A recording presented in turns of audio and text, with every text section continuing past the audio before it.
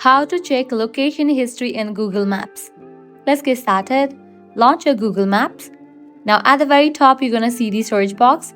Click over there. With that, you're gonna find your recent searches. So this might be your location history. It is not necessary that you have been to these places, but you have searched for these places. Likewise, there is also another way to check location history in Google Maps. For that, click on the profile icon. Click on the option Your Timeline. With that, you will be directed to this page if you have enabled for the option of timeline, where you will be able to find your trips, insights, places you have been, cities you have visited. So this way you can easily check location history in Google Maps. If this guide was helpful, don't forget to like, share and subscribe to our channel. Thanks for watching.